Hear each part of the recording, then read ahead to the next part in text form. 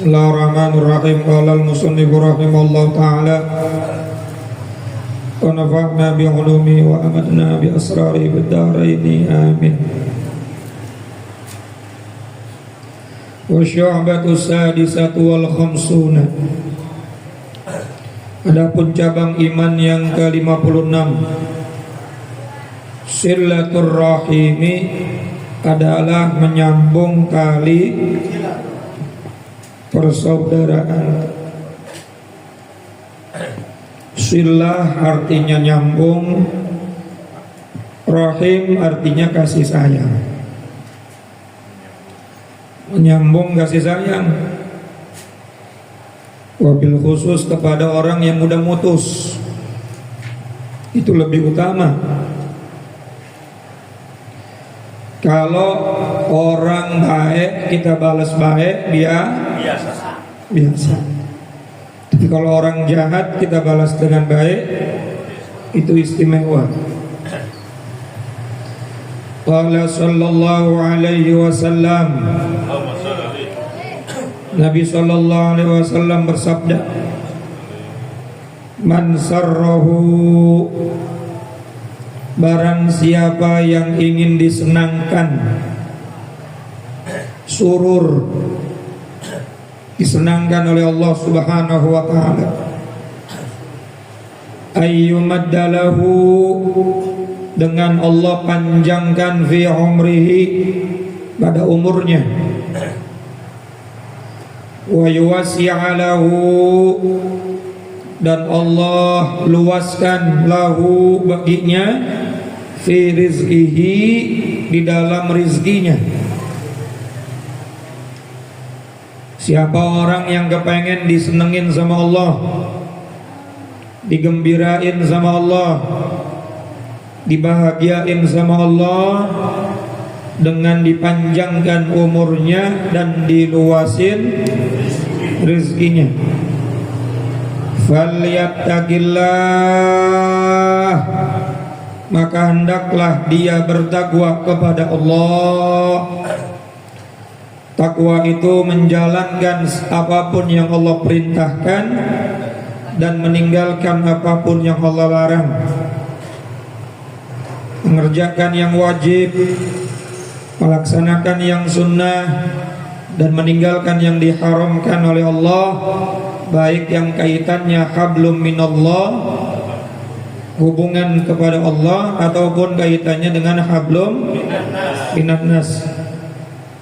Maka kalau pengen hidupnya bahagia, dipanjangin umurnya, disehatin badannya, dibanyakin rizkinya, maka bertakwalah kepada Allah Subhanahu wa ta'ala, wal yasil rahimahu, lalu yang kedua, dan bersilaturahimlah. Sering-sering silaturahim, menyambung tali silaturahim.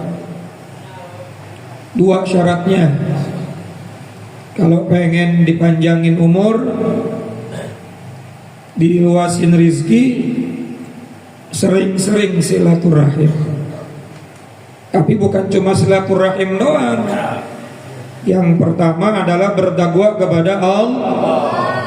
Ini kadang-kadang ada orang silaturahminya doang yang rajin, tapi takwanya enggak. Sehingga pada saat silaturahmi bukannya menyambung rahmatnya Allah, malah menyambung azab.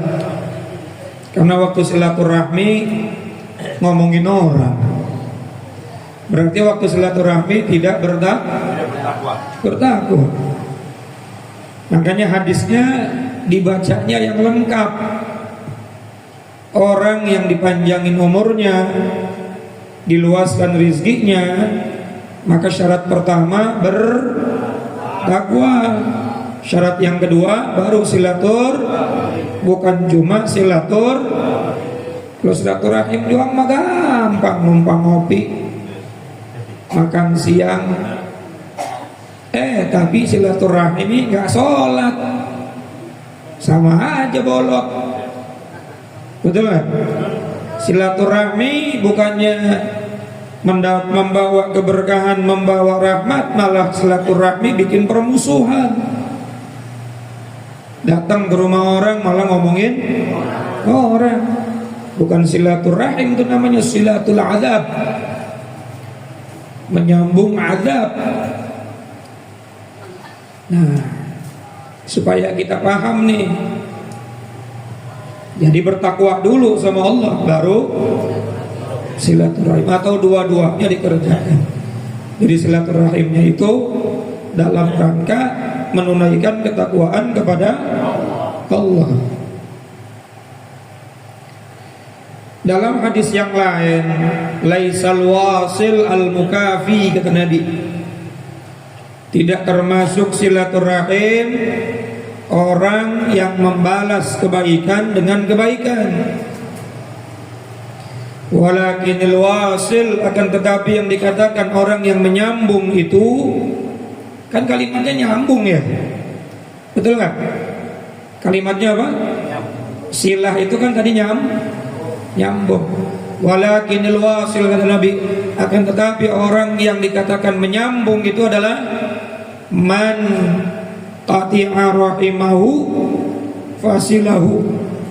Ketika ada orang yang mutusin hubungan baik dengan dirinya, namun dia tetap berbuat baik kepada orang tersebut, tetap dia nyambungin perbuatan baik, tetap dia nyambung persaudaraan. Orang kagak negor, dia tetap negor. Orang fitnah dia tetap datang. Orang udah nyakitin dia tetap bantu. Itulah yang disebut silah, nyambung, karena terputus lalu disambung. Ini yang lebih hebat. Orang yang model begitu rizkinya gak bakalan habis. Ya, lawang cuma silaturahmi yang umum saja mendatangkan rizki, apalagi silaturahmi yang menyambung sesuatu yang terputus. Tapi sebaliknya, la yadkhulul jannah qati'ur rahim, tidak akan pernah masuk ke dalam surga orang yang memutuskan silaturahim. Gak bakal masuk surga mutusin silaturahmi. Gua gak mau melihat mukanya lagi sampai mati. Jangan ngomong gitu, belagu amat. Gua gak mau ketemu dia lagi sampai mati, itu berarti mutusin silaturahmi. Jangan. Biarin orang orang salah sama kita, orang benci sama kita, tapi kita jangan benci sama orang tersebut.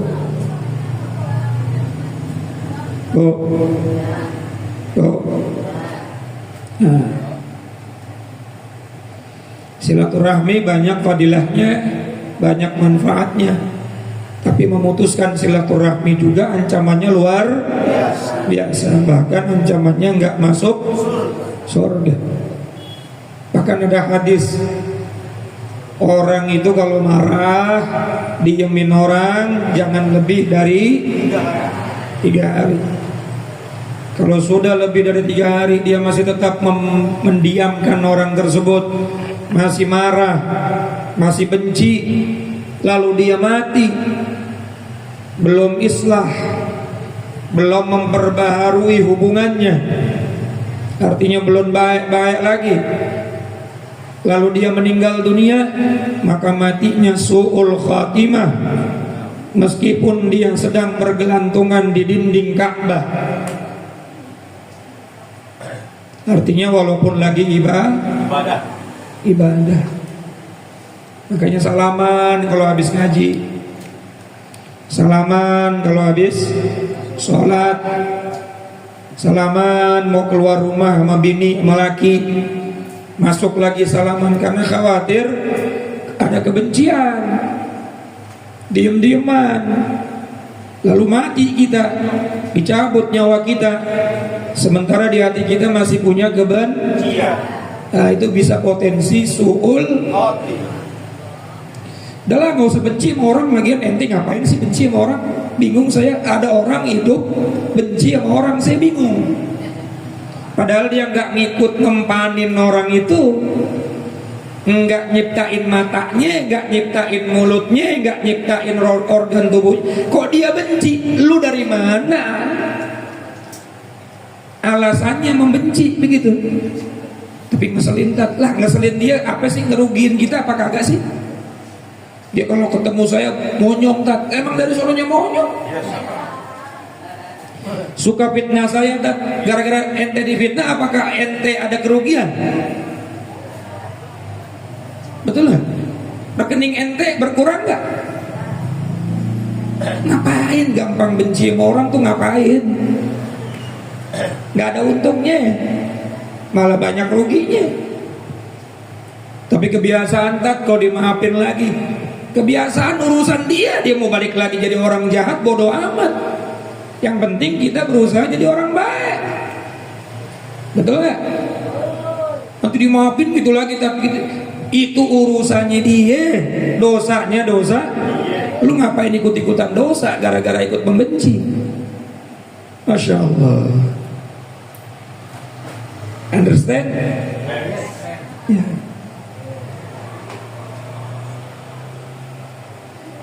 Makanya dikatakan silaturahmi itu bukan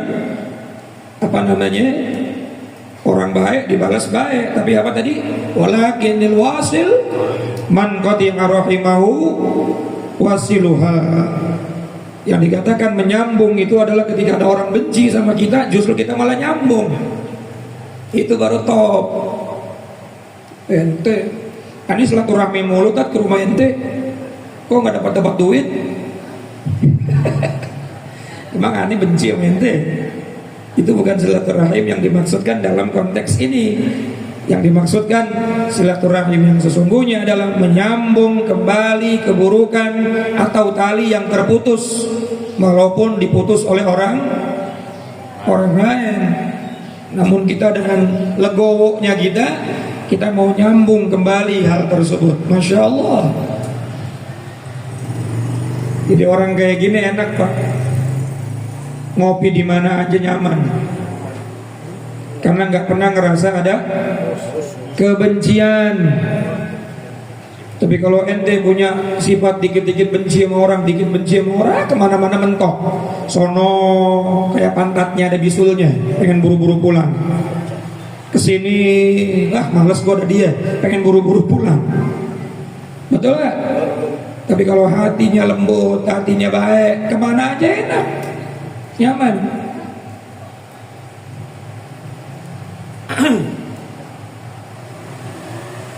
Qala Nabi sallallahu alaihi wasallam, Nabi sallallahu alaihi wasallam bersabda, "Sana'iul ma'ruf," pekerjaan yang baik, taqiyun adalah takwa.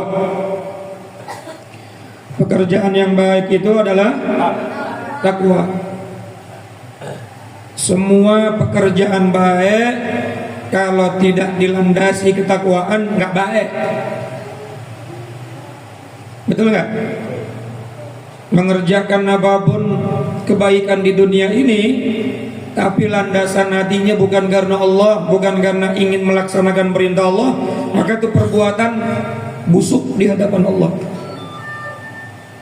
Salat bukan karena Allah, baik gak kira-kira?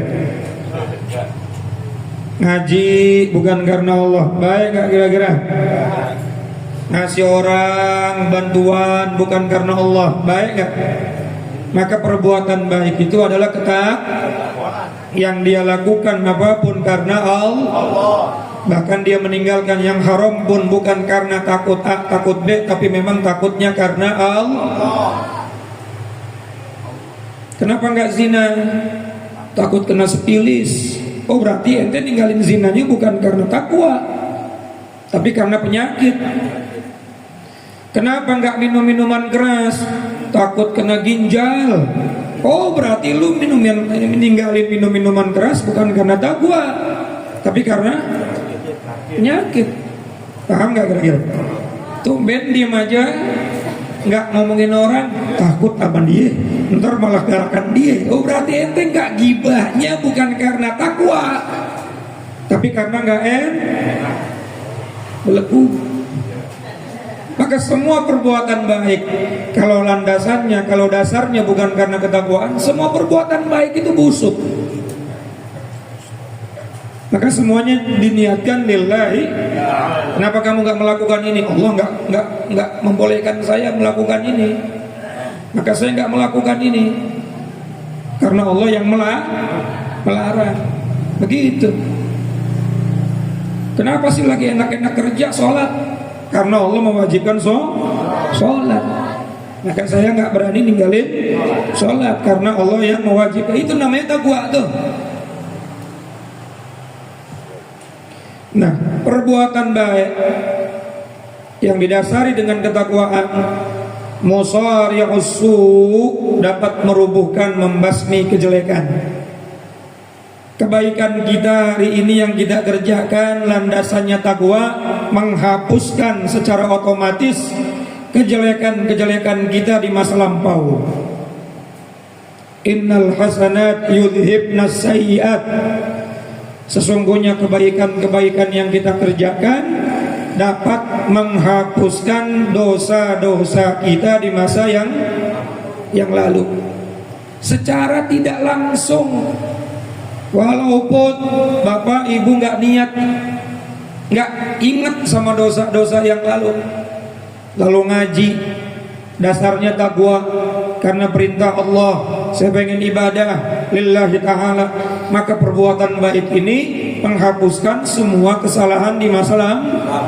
Apapun perbuatan baiknya, bukan cuma ngaji, sholat, bakti sama orang tua, taat sama suami, ngurusin rumah tangga, ngurusin anak, baik sama tetangga dan seterusnya.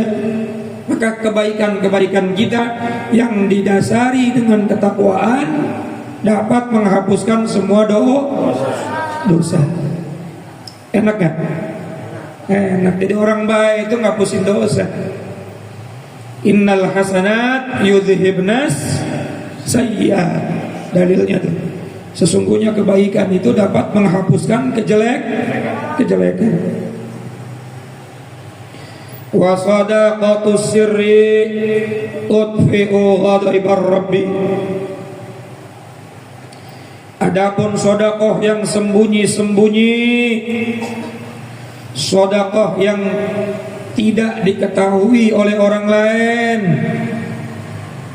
walaupun boleh sedekah terangan, ada fadilahnya masing-masing. Tapi sedekah sembunyi-sembunyi, tudfi'u ghadabar rabbi, dapat memadamkan murkanya Allah. Allah mungkin mau murka sama kita, mau menurunkan azab sama kehidupan kita karena mulut kita yang nyakitin orang, karena perbuatan kita yang sudah kelewat batas. Maka barokahnya sedekah yang sembunyi-sembunyi, murka Allah hilang. Jadi kalau pengen aman, pengen selamat, jauh dari bala, jauh dari bencana, banyak-banyak sedekah. Banyak-banyak sedekah.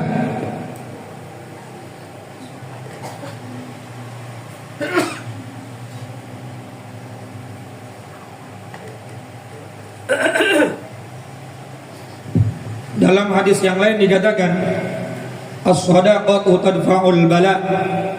Sedekah itu dapat tadfa', menolak bala, bencana. Apalagi sedekah secara sembunyi. Walaupun saya ulangin lagi, sedekah secara terang-terangan pun boleh, asal ikhlas. Tujuannya karena bukan ingin dipuji oleh orang lain. Yang terang-terangan saja dapat pahala besar, apalagi yang sembunyi. Dan orang yang sembunyi-sembunyi dalam sedekahnya itu bisa lebih mudah mengolah keikhlasannya. Betul nggak? Lebih mudah ngolah. Tapi kadang-kadang diperlukan juga sedekah secara terang untuk memotivasi. Kayak saya nih, selalu ditulis namanya di pertama, bukan niat macam-macam biar yang lain pada ngikut. Betul nggak? Minimal malu lah ustadznya aja sebutkan masa kan gitu ya. Betul apa enggak? Kalau niatnya untuk motivasi orang boleh, tapi jangan niat untuk dipuji oleh orang. Lagian pujian orang mah apa sih pujian orang nilainya? Nilai pujian sama hinaan itu sama. Bagi orang yang berakal, pujian dan hinaan itu sama, nggak ada ngaruhnya. Wa yakunu madmuhum wa dhammuhum sawa. Orang yang ikhlas itu menjadikan pujian dan hinaan itu derajatnya sama. Dihina orang ya biasa aja, benci enggak, dipuji orang biasa aja, tambah senang sama orang yang muji enggak juga, lah biasa aja. Karena kita menghormati orang karena Allah, bukan karena orang itu. Kira-kira paham nggak? Ente mau muji aneh setinggi langit, ya aneh akan hormati ente karena ada kewajiban dari Allah untuk saling menghormati. Ente menghina aneh sampai habis-habisan, dasar si Hamid, dasar, aneh nggak bakal benci sama ente. Karena aneh diperintahkan untuk saling menghormati, diperintahkan hanya untuk menghormati, bukan untuk membenci. Jadi nggak ada tuh pengaruhnya pujian dan hinaan bagi orang yang sudah betul-betul belajar ikhlas. Karena tujuannya lillah, tujuannya Allah. Kecuali kalau Allah tidak ridho baru pusing kita, aduh astagfirullah, gimana nih? Ini kadang-kadang kalau Allah ridho atau tidak ridho nggak dipikirin. Giliran manusia penilaiannya kita pikirin. Casingnya dibuat sebagus-bagusnya. Waduh, biar orang muji, biar orang ini. Tapi ente nggak pernah mikirin Allah ridho apa enggak ketika ente melakukan itu. Makanya makarimul akhlak itu dari dulu berjalannya apa adanya aja begini. Yang penting tidak melanggar syariat. Yang penting ketika melakukan sesuatu itu jangan sampai melakukan sesuatu yang dilarang sama Allah. Urusan pujian orang biasa. Pujian orang hari ini muji, besok menghina udah biasa. Ngapain kita jadi tujuan? Gak usah nunggu besok, sejam lagi dia berubah. Betul? Betul nggak kira-kira? Sejam berubah tuh. Sekarang menghina langsung muji. Hina kita nih sekarang, kasih duit cepet, muji langsung.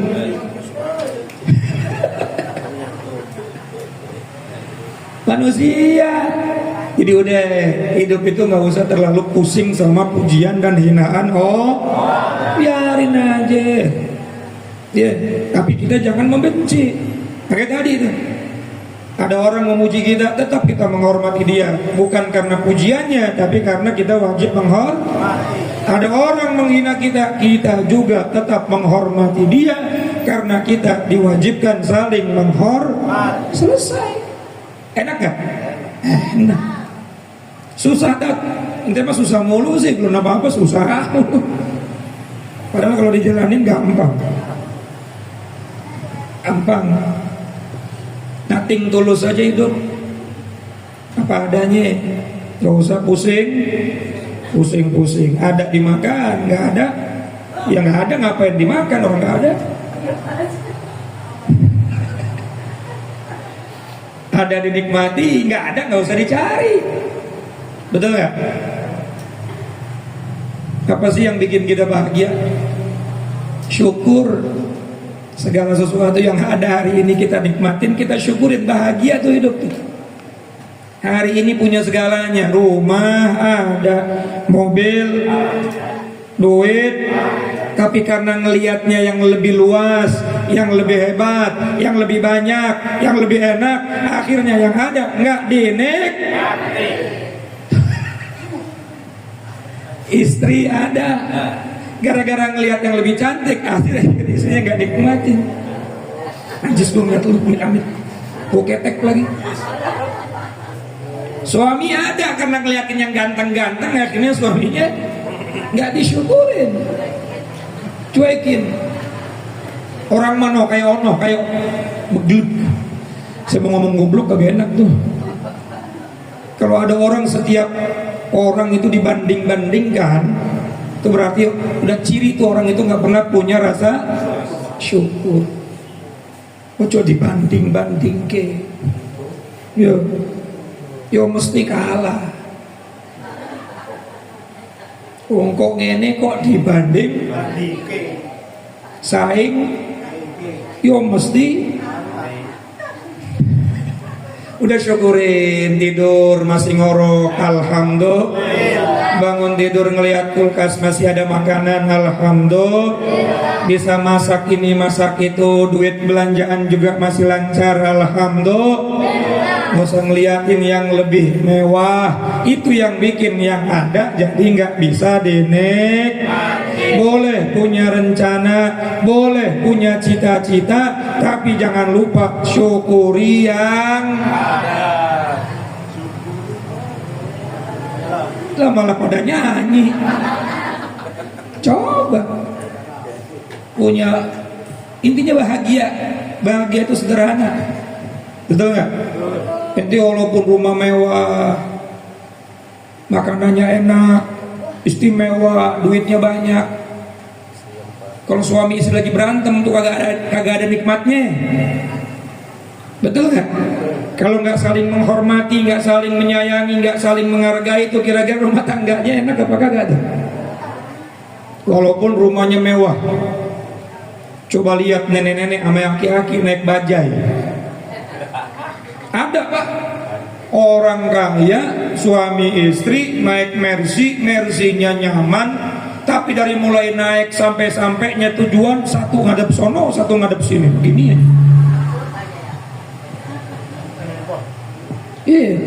Kagak ada tegur sapa, kagak ada bercanda, kagak ada saling menghargai. Betul, karena saling satu sama lain saling punya uang. Aki-aki sama nenek-nenek naik bajai, deket banget ngomongnya. Bang, udah sampai. Emang budek lagi. Ya Allah, Karim. Jadi bahagia, coba yang nyiptain bahagia itu ente sendiri, bukan orang lain. Bukan benda, bukan harta, tapi perasaan ente yang bikin ente bahagia. Ini majlis kan majlis sempit ya. Kira-kira yang hadir betah apa kagak nih?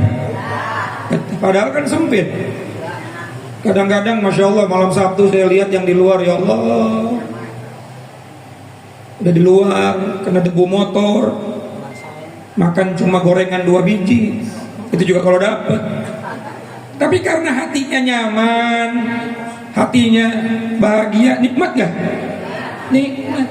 Jadi sudahlah, hidup itu nggak usah dibikin riweh, nggak usah dibikin ribet. Dan faktor utama dari yang bikin riweh dan ribet hidup kita karena kurangnya kita mensyukuri yang ada. Yang kedua, karena banyaknya rasa benci kepada sesama. Makanya ini yang harus dibenahi nih, bukan rekening, bukan rekening banyak atau dikit belum tentu bisa bikin bahagia kalau hatinya sakit. Betul. Ketemu mertua kesel, ketemu saudara ngambek, ketemu suami menyoh, duit banyak bahagia gak kira-kira? Makanya kita minta sama Allah untuk supaya hati kita dibikin lembut. Rabbish rahli, ya Allah lapangkanlah dadaku. Rasulullah itu bu hidupnya enjoy, padahal rumahnya kalau kita lihat rumahnya Nabi itu, ya Allah malu kita kalau lihat rumahnya Nabi ya. Atapnya cuma pelepah kurma, lantainya tanah. Kalau tidur, bangun tidur, ada tapak bekas stikernya. Malu kita. Makanya Habib Umar bin Hafidh, kalau beliau kemana-mana, dakwah kemana-mana, beliau nggak pernah tidur di kasur tuh. Tidurnya di lantai. Saking malunya sama Rasulullah. Ada ajengan Obay dulu di Kerawang, rumahnya mewah, tapi kamarnya nggak punya tempat tidur yang empuk. Tidurnya di kasur, rumahnya mewah. Saking malunya sama kita, mau boro-boro malu sama Nabi.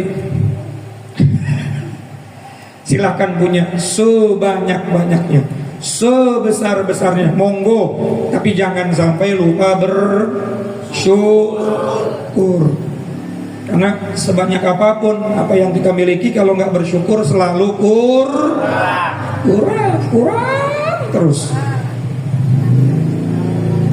Dulu belum kerja, pengen kerja. Harusnya kan udah dapat kerja, alhamdulillah. Ngelihat gajinya cuma 5, sekian. Tanggal 5 udah koma maksudnya. Akhirnya dia beringsangan, marah, kesel, pengen cari yang lebih gede. Alhamdulillah dapat lagi yang lebih gede. Karena ngelihat standar orang lain, dia pengen yang lebih gede lagi. Akhirnya dari yang kecil standar sampai yang tinggi, nggak bisa bikin dia bahagia. Betul kan? Padahal itu kita itu kan cuma sampai tenggorokan. Segala yang kita miliki nih, dinikmatinya cuma sampai makanan harga 5.000 per piring sama 500.000 per piring, cuma sampai ujung-ujungnya yellow, jadi tokai. Coba ente berpikir begitu tuh, biar hidup tuh enak gitu, enjoy. Makan bakwan, makan pizza, makan mie rebus, mie tek-tek, sama spaghetti, cuma sampai sini. Betul. Masya Allah. Ini kadang-kadang saya juga suka makan di restoran mahal, suka. Nyenengin diri itu juga termasuk rasa syukur, tapi sekali-kali aja. Saya kadang mikir, ya Allah, ini sampai saya bilang sama istri saya, ini makan rendang. Saya makan rendang berempat, saya, istri saya, emak saya, sama Raya berempat, makan rendang doang 500.000. Coba kalau nasi padang pinggir jalan tuh, udah bisa dapat berapa orang? Saya kadang-kadang mikir, ya Allah, ternyata nikmat atau tidak nikmatnya bukan di mana, tapi bersama siapa.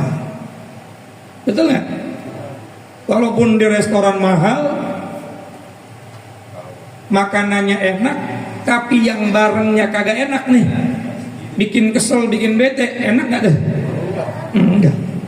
Walaupun makan satu nampan bareng-bareng, apalagi maulid, memang dicari, belum makan sengaja. Gua kagak makan malam nih, ada kebuli. Seneng banget ya makan tuh. Bukan di mana kita berada, tapi bahagia itu bersama siapa kita berada. Sampai saya bilang sama istri saya, rendang kamu, enakan rendang kamu daripada rendang pagi sore, gitu sih. Nyenengin biasa, biar dimasakin lagi gitu. Artinya semua itu sama aja, cuma sampai mana? Ujung-ujungnya. Jadi udah, ini motivasi buat orang yang sekarang suka ngelihat orang lain kok enakan dia ya. Enak enggak, belum tentu bro. Bisa jadi yang lu lihat itu lagi pusing. Saya punya teman banyak orang kaya, pusing mulu kerjanya. Kalau ketemu yang ada cuma curhat. Nah lu duit banyak, kenapa lu nggak bisa lu nikmatin? Ujung-ujungnya dia cuma bilang capek. Oh ngaji nggak bisa. Enak kita bangun tidur, makan, tidur lagi, makan lagi, tidur lagi. Gak ada yang dipikirin. Masya Allah, mikirin yang ono belum bayar cicilan ono, rumah 5 miliar belum bayar.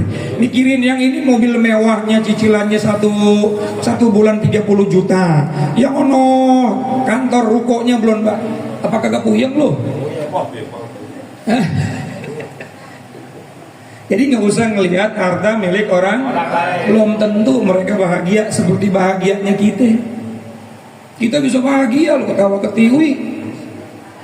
Betul.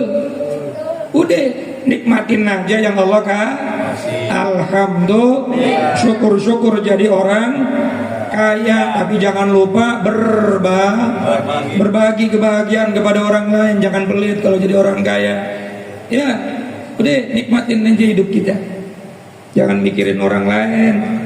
Jangan iri sama kehidupan orang lain. Orang lain juga belum tentu sebahagia Bapak. Santri bapak lagi pelor nempel molor. Ada orang pengen tidur aja minum obat dulu. Saking pusingnya pengen tidur nggak bisa, banyak urusan, banyak ini, banyak itu. Baru mau ngeliuk bunyi handphone. Betul. Kalau nggak diurusin ribet urusannya, diserahin ke orang, ditipu. Betul nggak? Diserahin ke sini ditipu. Ya Allah karim. Akhirnya hidupnya habis cuma membuat urusan dunia, gak bisa nikmatin zikir, baca Quran, taklim, silaturahmi, ngopi. Udah syukurin aja apa yang kita ada. Alhamdulillah. Walaupun makan cuma pakai nasi putih sama rendang bebek, alhamdulillah. Walaupun makan cuma pakai nasi putih sama gorengan, yang penting tabungan ada 2 miliar, alhamdulillah. Gak usah iri sama yang lain. Alhamdulillah. Iya, masya Allah, semuanya jadi orang kaya semuanya ini. Wasilatur rahim tazidu bil umur. Dan orang yang suka menyambung tali silaturahim tazidu bil umur, bakal menambah umur. Bapak saya dulu kalau pagi tuh, kan bapak saya banyak nganggurnya. Kalau ada kerjaan doang di proyek beliau baru ada kalau nggak ada ya DPR, Dewan, bukan perwakilan rakyat, pengajian rutin, ngurusin masjid, ngurusin majelis. Tapi beliau nggak pernah saya lihat tiap pagi nggak keluar rumah. Keluar rumah tuh modalnya aqua sebotol, taruh di motor, dia jalan ke rumah siapa gitu. Assalamualaikum, Pak Haji, apain lagi sibuk? Kagak, udah ngobrol ngalor ngidul. Bikinin apa? Enggak, saya bawa minuman sendiri. Datang lagi ke tempat yang lain, datang lagi, sehingga banyak orang-orang teman-temannya bapak ngomong sama saya, masya Allah tuh, saya seperti dihargain, seperti dianggap, padahal sama aja. Manfaat umurnya, umur manfaat itu bukan harus 100 tahun, tidak harus 1000 tahun. Nabi saja cuma 63 tahun. Tapi yang namanya ditambahkan umur bisa jadi umurnya bermanfaat buat orang lain, bisa dipakai ibadah, tidak berani ninggalin itu baru namanya umur yang umur berkah itu. Masya Allah. Nabi umur 63 tahun, nggak panjang-panjang amat, tapi manfaat luar biasa. Nah kalau pengen umur manfaat, apalagi ditambahin umurnya tambah panjang, maka jangan pernah bosan silaturahim. Tapi lihat, silaturahim itu ke tempat yang baik, tujuannya juga baik. Tapi kalau saya ke sono justru malah ada madharatnya, ada kejelekannya, ada keburukannya, maka jangan datang, jangan silaturahim. Itu bukan silaturahim, silatul azab. Kondangan niat silaturahmi, diundang ini dia niat silaturahim, selama di dalam tempat tersebut tidak ada perbuatan maksiat. Wasyu'batu sabi'atu wal khamsuna wallahu a'lamu bis alhamdulillah. Jadi kalau pengen tambah banyak rizkinya, tambah panjang umurnya, syaratnya yang pertama bertakwa kepada Allah, yang kedua sambung silaturahim, terutama kepada orang-orang yang udah mutusin silaturahim sama kita. Jangan malah dijauhin.